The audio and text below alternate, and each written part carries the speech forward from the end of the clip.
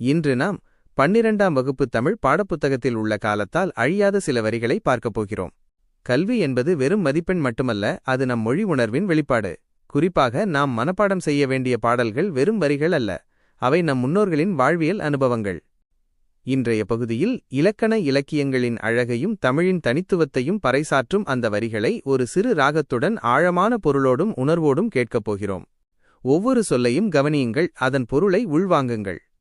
பாடல்களை மனப்பாடம் செய்வது சுமையாக தெரியாமல் தமிழின் இனிமையை ரசிக்கும் ஒரு கலைப்பயணமாக இது அமையும். தயாரா? வாருங்கள், தமிழின் இனிமையில் மூழ்குவோம்.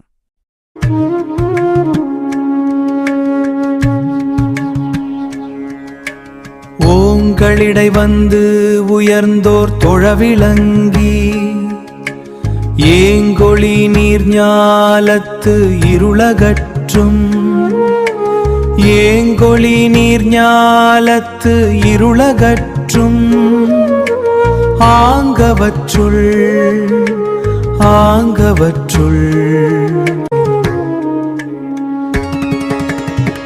மின்னேர் தனியாழி வெங்கதிரொன்று மின்னேர் தனியாழி வெங்கதிரொன்று